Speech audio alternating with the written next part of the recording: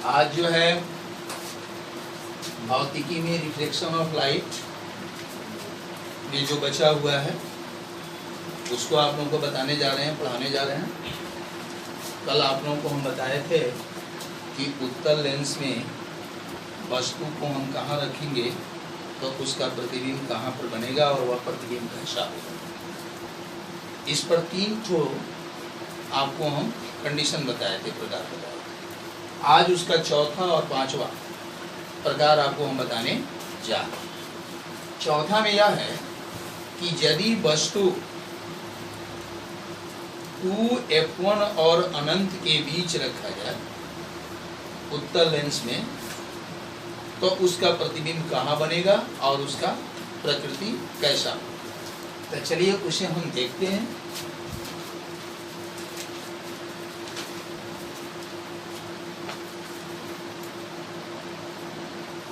यदि वस्तु 2f1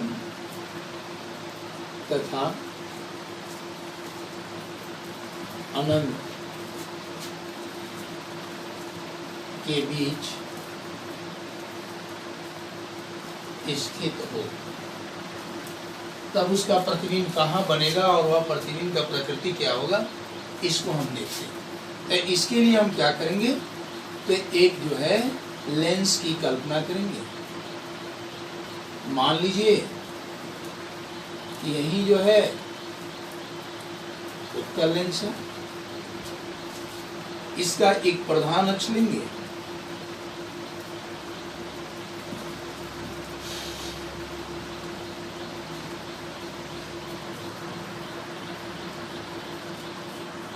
मान लीजिए प्रधान अक्ष, इस प्रधान अक्ष में यह f1 है, यह 2f1 है, यह f2 है और यहाँ पर जो है 2f2 है। अगर हम वस्तु को 2f1 और अनंत के बीच रखते हैं, या 2f1 हुआ, अनंत इधर दूरी होगा, इन दोनों के बीच अगर कहीं पर हम वस्तु रखते हैं, मान लीजिए कि यही वस्तु है, तो इसका प्रतिबिंब कहाँ बनेगा इसको दिखाना है। तो आपको हम बताए थे इसके पहले 2 ठो किरण आरेख के बारे में। एक जो है वस्तु से मुख्य अक्ष के समानांतर चलती है और दूसरा वस्तु से प्रकाश केंद्र होकर के चलती है। इन दोनों किरणों की हम यहाँ पर कल्पना करेंगे, उन दोनों किरणों को हम यहाँ खींचेंगे और खींचने पर ये दोनों किरण जहाँ कटेंगे वहीं पर इस वस्तु का प्रतिबिंब बनेगा। तो चलिए हम पहले से जानते हैं, ये मान लीजिए प्रकाश केंद्र O, हम पहले से जानते हैं कि मुख्य अक्ष के समानांतर चलने वाली प्रकाश की किरण फोकस से होकर के गुजरती है। तो चलिए एक किरण हम लेते हैं जो इस वस्तु से चलती है और मुख्य अक्ष के समानांतर चलती है। मान लीजिए कि यह प्रकाश का किरण यह मुख्य अक्ष के समानांतर चल रही है और अपवर्तन के बाद यह फोकस से होकर के गुजरती है।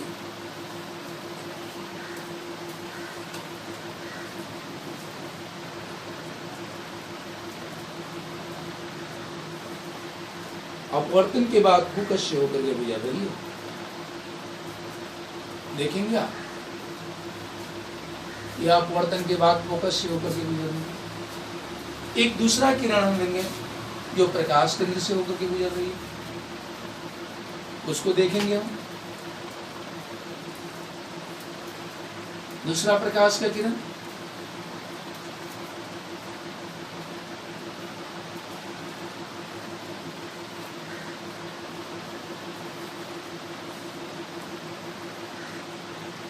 जो प्रकाश केंद्र से होकर के गुजरती है, या प्रकाश केंद्र से होकर के गुजरने वाली किरण जो है, उस किरण को मान लीजिए कि यहाँ पर काट रही है, यहाँ पर काट रही है। ये दोनों किरण एक दूसरे से जहाँ काट रही है यहीं पर ए बी का प्रतिबिंब बनेगा, यानी यह प्रतिबिंब ए डैश बी डैश हो। इस तरह से आपने क्या देखा कि 2f1 और अनंत के बीच में रहने वाला वस्तु का प्रतिबिंब उल्टा बन रहा है, वास्तविक बन रहा है, और f2 और 2f2 के बीच बन रहा है। तो चलिए इसको हम लिखते हैं।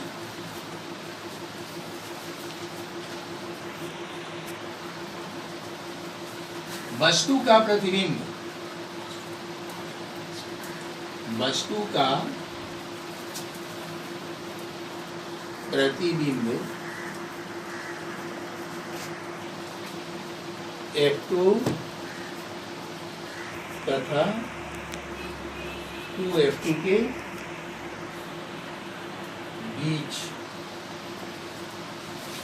बनता है। यह प्रतिबिंब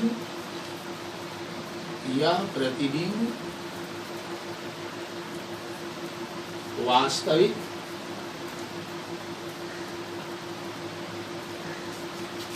उल्टा तथा वस्तु से छोटा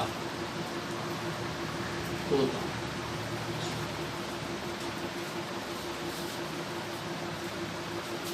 चलिए अब इसके बाद हम लोग पांचवा कंडीशन समझेंगे। पांचवा सा, यदि वस्तु अनंत पर स्थित हो तब उसका प्रतिबिंब कैसा बनता है और कहां पर बनता है, इसके बारे में हम समझेंगे। यदि वस्तु अनंत पर स्थित हो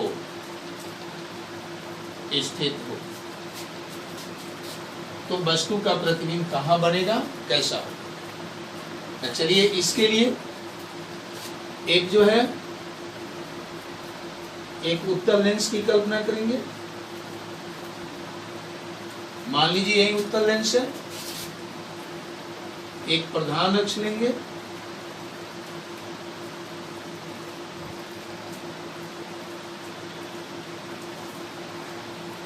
एक प्रधान अक्ष हो गया, एक प्रकाश केंद्र हो गया। अब अनंत से अनंत पर मान लेंगे कि वस्तु स्थित है। अनंत का मतलब बहुत दूर, जिसको हम माप नहीं सकते, वहां पर वस्तु स्थित है। तो वहां से आने वाली प्रकाश की किरण को हम कैसे जो है कल्पना करेंगे। तो वहां से आने वाली अनंत पर स्थित जो वस्तु है उससे जो आने वाली प्रकाश की किरण होगी, उनमें से दो किरणों को हम तुलना करेंगे। दो किरणों का आरेख यहाँ लेंगे। एक जो है प्रकाश केंद्र से होकर जाने वाली, और दूसरा जो है उसके समानांतर आने वाली प्रकाश की किरण। तो चलिए वैसे दो किरणों को हम लेते हैं। एक मान लीजिए कि ऐसे प्रकाश केंद्र की दिशा में एक किरण जो है आपतित होती है। आपको इसके पहले हम बताए थे कि प्रकाश केंद्र की दिशा में आपतित किरण जो है बिना अपने मार्ग में विचलित हुए सीधे जो है आगे की ओर निकल जाती है, सीधे आगे की ओर निकल जाती है। ये मान लिए कि अनंत से प्रकाश की किरण आ रही है जो प्रकाश केंद्र से होकर के सीधे गुजर, और एक और प्रकाश की किरण मान लीजिए वस्तु से आ रही है जो इसके समानांतर है। वह प्रकाश की किरण हम देखिए,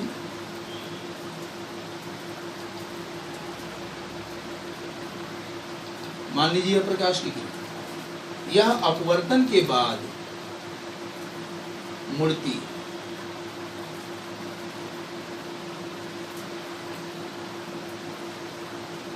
और मुड़ती हुई आगे की ओर बढ़ती है।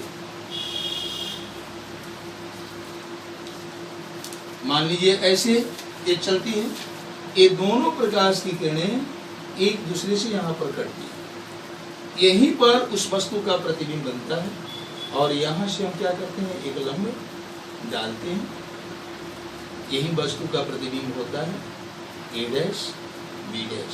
यह प्रतिबिंब जो है F2 पर बनता है, यानी फोकस पर बनता है। इस तरह से अनंत से आने वाली प्रकाश की किरण फोकस पर बनता है, F2 पर बनता है, और यह प्रतिबिंब वास्तविक होता है और उल्टा होता है। चलिए इसे हम देखते हैं। वस्तु का प्रतिबिंब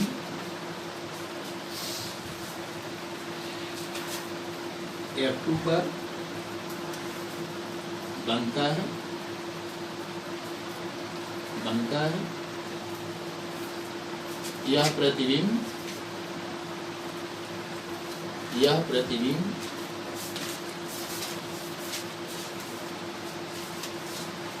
उल्टा वास्तविक तथा वस्तु से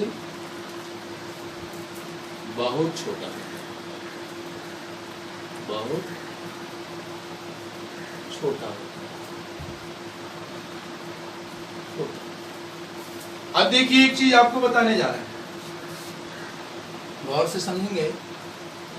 उत्तल लेंस में जो प्रतिबिंब बनते हैं उनका 5 प्रकार आपको हम आरेखित करके दिखाएं।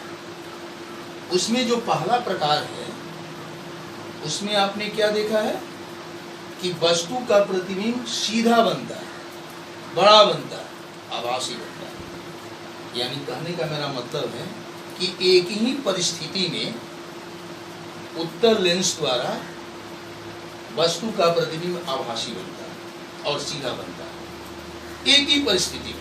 इस बात को हमेशा आप याद रखेंगे। किस परिस्थिति में? तो जब वस्तु F1 और लेंस यानी ये लेंस के बीच स्थित हो।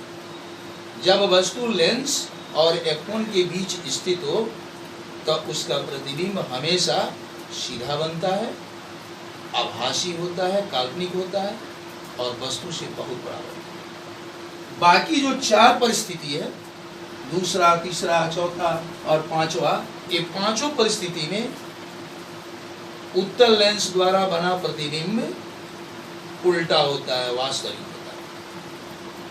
और किसी परिस्थिति में वस्तु से बड़ा होता है तो किसी परिस्थिति में वस्तु से छोटा होता है। यह बात आप निश्चित तौर पर याद रखेंगे।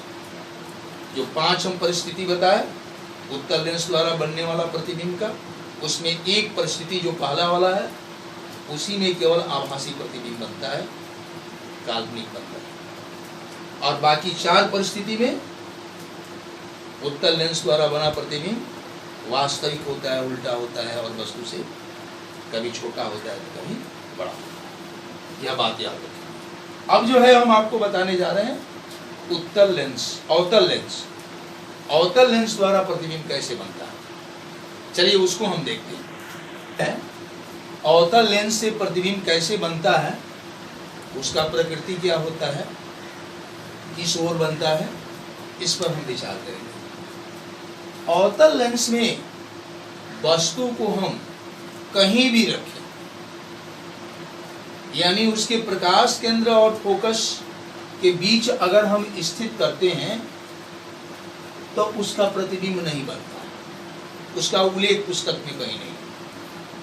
लेकिन उस वस्तु को अगर अवतल लेंस में फोकस से और अनंत के बीच अगर कहीं भी हम रखते हैं तो उसका प्रतिबिंब जो है फोकस और अवतल लेंस के प्रकाश केंद्र के बीच ही बनता है और वह प्रतिबिंब सीधा होता है, काल्पनिक होता है और वस्तु से छोटा होता है।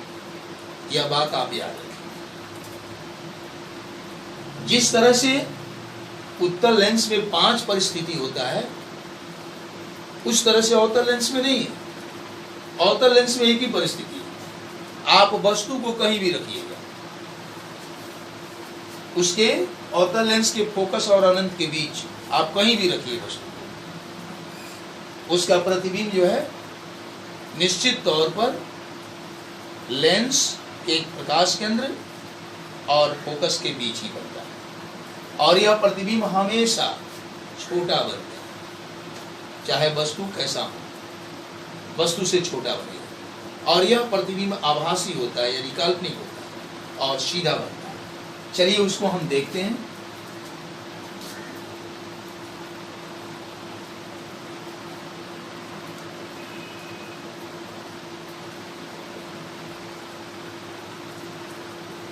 मान लीजिए कि यही जो है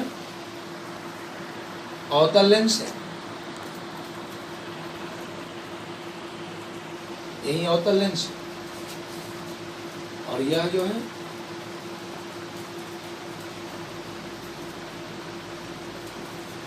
प्रधान अक्ष है, या मुख्य अक्ष भी हम कह सकते हैं, यह मुख्य अक्ष है। यह इसका मान लीजिए कि फोकस है,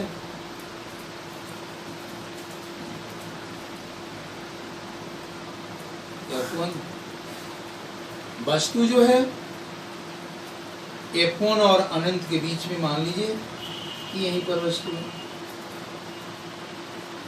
अब इसका प्रतिबिंब कहाँ पर बनेगा, इसको हमें आरेखित करना है। तो इससे भी दो प्रकार की जो है किरणों को हम लेंगे। एक जो है मुख्य अक्ष के समानांतर चलने वाली किरण, और एक जो है प्रकाश केंद्र से होकर के चलने वाली किरण। तो मुख्य अक्ष के समानांतर आपको हम बताए थे कि अवतल लेंस में अगर मुख्य अक्ष के समानांतर कोई प्रकाश की किरण अगर चलती है तो वह अपवर्तन के बाद अपनी पथ से मुड़ करके और वह ऊपर की ओर निकल जाती है, ऊपर की ओर मुड़ जाती है। और एक बताए थे आपको प्रकाश केंद्र से होकर के जाने वाली किरण, तो वह अपने पथ से विचलित नहीं होती है, वह अपने पथ से सीधे जो है आगे की ओर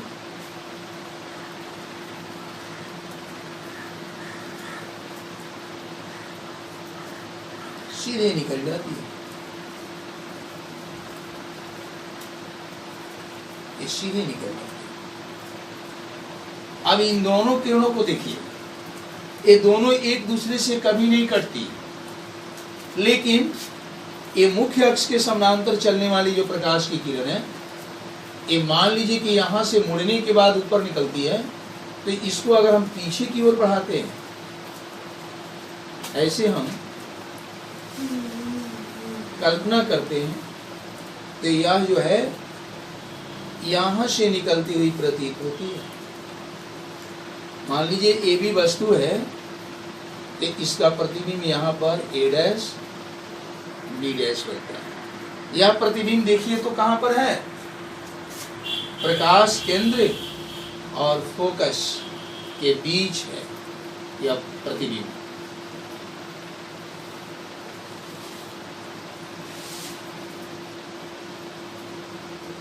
प्रकाश केंद्र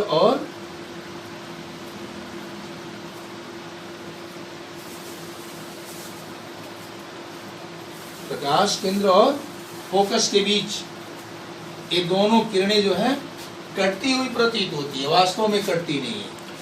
तो कटती हुई प्रतीत होती है, वास्तव में नहीं कटती है, इसलिए यह प्रतिबिंब आभासी प्रतिबिंब होता है, काल्पनिक प्रतिबिंब होता है। इसको पर्दे पर नहीं उतारा जा सकता।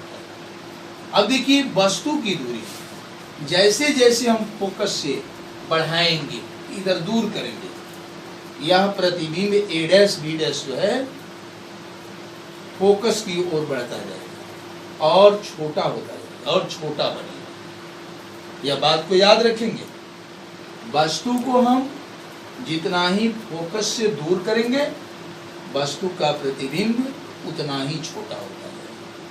और यह प्रतिबिंब प्रकाश केंद्र और F1 यानी फोकस के बीच ही बनता है। इस बात को हरदम के लिए आप याद रखेंगे।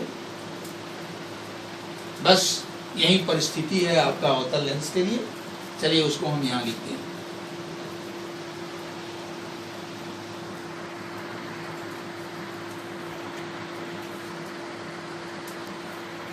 जब वस्तु को F1 फोकस तथा अनंत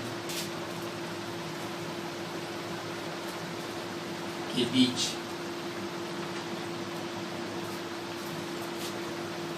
कहीं रखते हैं, कहीं पर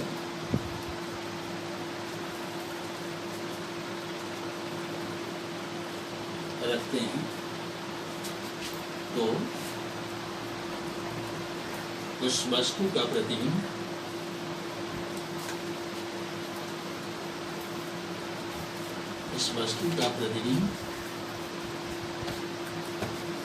F1 तथा प्रकाश केंद्र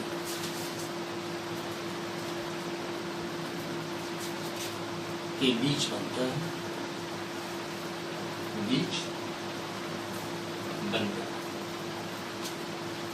यह प्रतिबिंब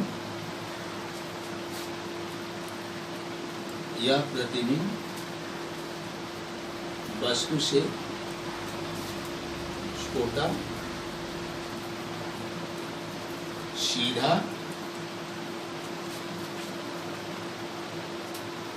तथा आभासी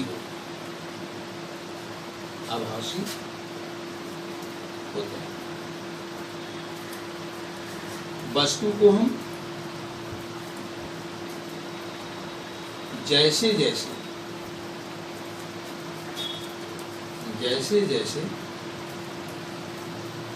लेंस से दूर रखते हैं, फोकस से दूर रखते हैं,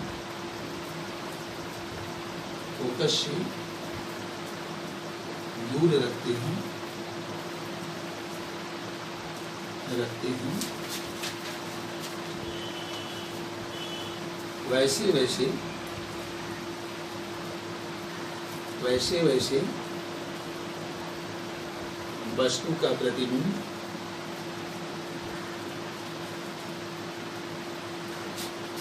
छोटा होता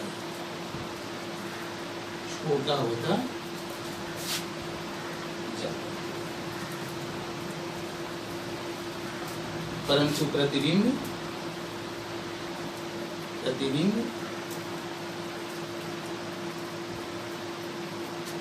फोकस, प्रतिबिंब F1 फोकस तथा प्रकाश केंद्र के बीच ही बनता है, प्रकाश केंद्र के बीच ही बनता है।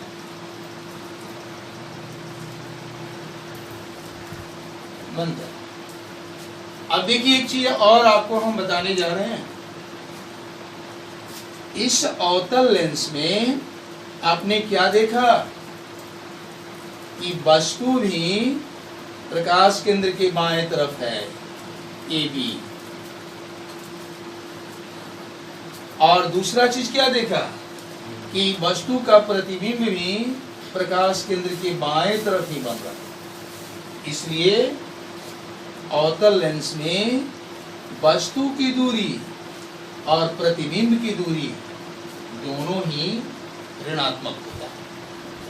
कहीं भी अगर यह चर्चा आवे अवतल लेंस में वस्तु दूरी की या प्रतिबिंब दूरी की, तो आप तुरंत समझ जाएंगे कि दोनों ऋणात्मक होगा। प्रतिबिंब दूरी भी ऋणात्मक होगा और वस्तु दूरी भी ऋणात्मक होगा, और इसका जो फोकस दूरी है वह भी ऋणात्मक होगा। फोकस दूरी क्या होगा? वह भी ऋणात्मक होगा। इस बात को याद रखेंगे। एक चीज जो है हम आकृति बनाने में थोड़ा सा मिस कर गए हैं, उसको हम सुधारना चाहते हैं। ये जो है प्रकाश की किरण जो यहाँ से मुड़ी हुई है, इसको हम पीछे की ओर बढ़ाएंगे तो यह जो है प्रकाश केंद्र से निकलती हुई प्रतीत होती है।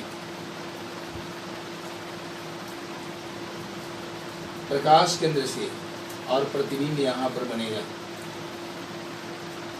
यहाँ थोड़ा सा खींचने में मिस हो गया, A' B', यानी अपवर्तन के बाद किरण को हम पीछे की ओर बढ़ाते हैं तो आप प्रकाश केंद्र से, प्रकाश केंद्र नहीं फोकस से, आती हुई प्रतीत होती है, इसलिए फोकस से हम मिलाएंगे इसको। तो हमने क्या देखा कि जो फोकस दूरी है वह भी ऋणात्मक है, प्रतिबिंब दूरी जो है वह भी ऋणात्मक है, और वस्तु दूरी है वह भी ऋणात्मक है। यानी अवतल लेंस में ये तीनों ऋणात्मक होते हैं, इस बात को सदा सदा याद। और उत्तल लेंस में हरदम वस्तु दूरी ऋणात्मक होती है, और एक परिस्थिति में प्रतिबिंब दूरी ऋणात्मक होता है, जो पहला परिस्थिति हम बताएं। और बाकी जो है 4 परिस्थिति, उसमें प्रतिबिंब दूरी धनात्मक होता है, और फोकस दूरी उत्तल लेंस का हरदम धनात्मक होता है। इस बात को याद रखेंगे, ये चिन्ह परिपाटी है, इसे हम लिख भी देते हैं कि आप लोग याद भी कर लेंगे। परिपाटी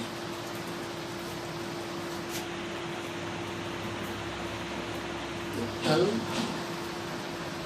लेंस के लिए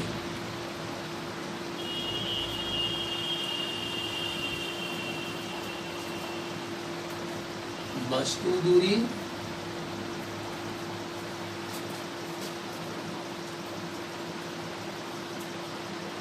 ऋणात्मक होता है, वस्तु दूरी ऋणात्मक होता है। वस्तु दूरी यहाँ हमेशा जोड़ लीजिए,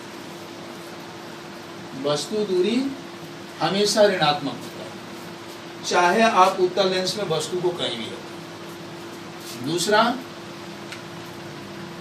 फोकस दूरी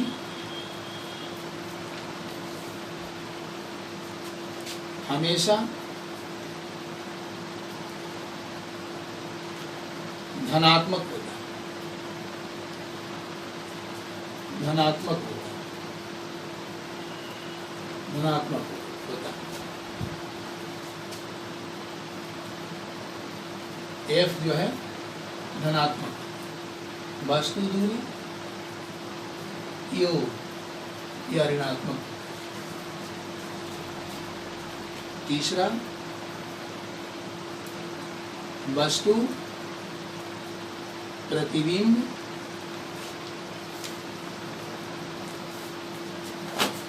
जब आभासी हो, आभासी या सीधा हो, तो उसकी दूरी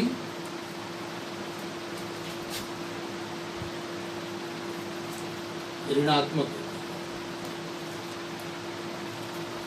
ऋणात्मक होती है।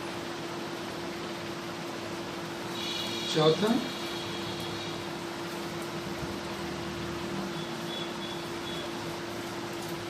प्रतिबिंब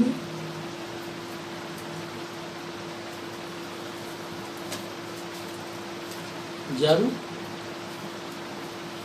वास्तविक या उल्टा हो, तो उसकी दूरी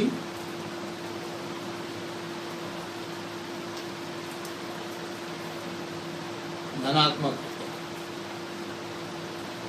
धनात्मक यानी भी प्लस।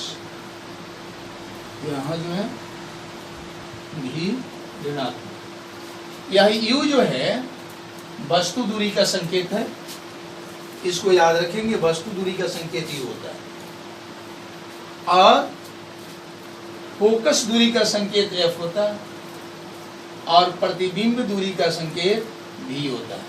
जी, इस तरह से आपने क्या जाना कि प्रतिबिंब दूरी, वस्तु दूरी हमेशा ऋणात्मक, फोकस दूरी हमेशा धनात्मक उत्तल लेंस के लिए, और जब प्रतिबिंब आभासी बने या जिक्र हो कहीं की सीधा बनता है, तो वहां प्रतिबिंब दूरी लिख करके और उसके पीछे माइनस लगा दीजिएगा, ऋणात्मक हो जाएगा। और यहाँ प्रतिबिंब जब वास्तविक या उल्टा हो तो उसकी दूरी धनात्मक होता है।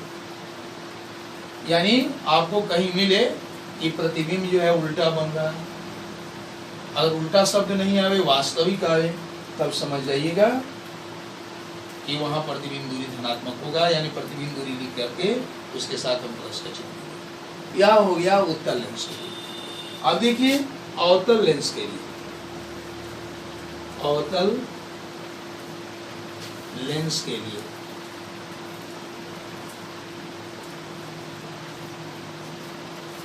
अवतल लेंस के लिए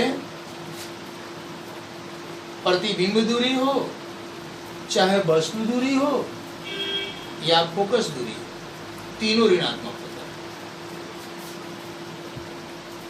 वस्तु दूरी,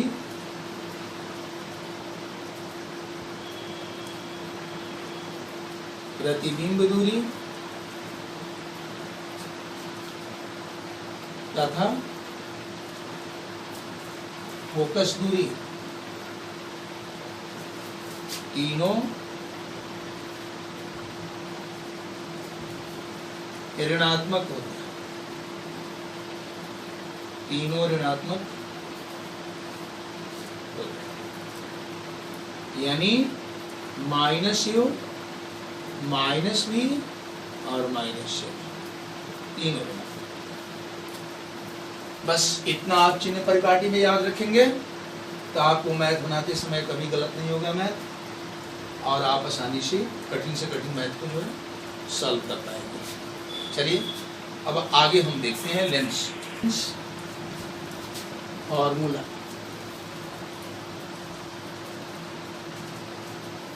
लेंस सूत्र, यह इस पाठ का सबसे इम्पोर्टेंट सूत्र है। इस पर जो है बहुत सारे आपको अंकित क्वेश्चन मिलेंगे हल करने के लिए, और परीक्षा में लेंस सूत्र पूछता है कि लेंस सूत्र लिखें और उसे सिद्ध करें। तो लेंस सूत्र हम बताने जा रहे हैं कि लेंस सूत्र क्या है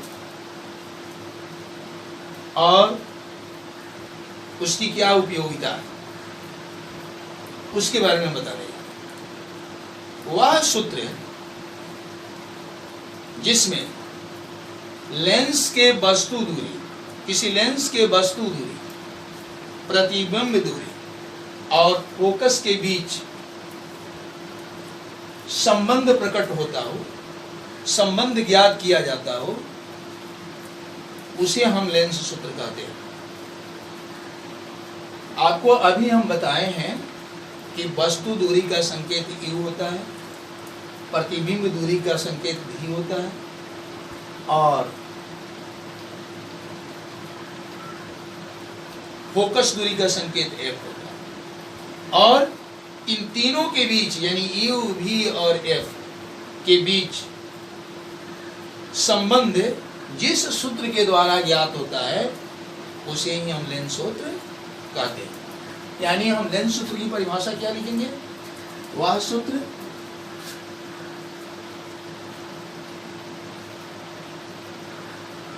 जिससे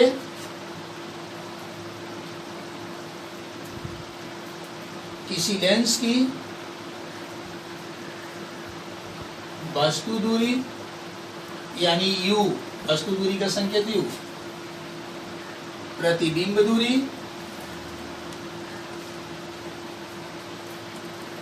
का संकेत v हुआ तथा फोकस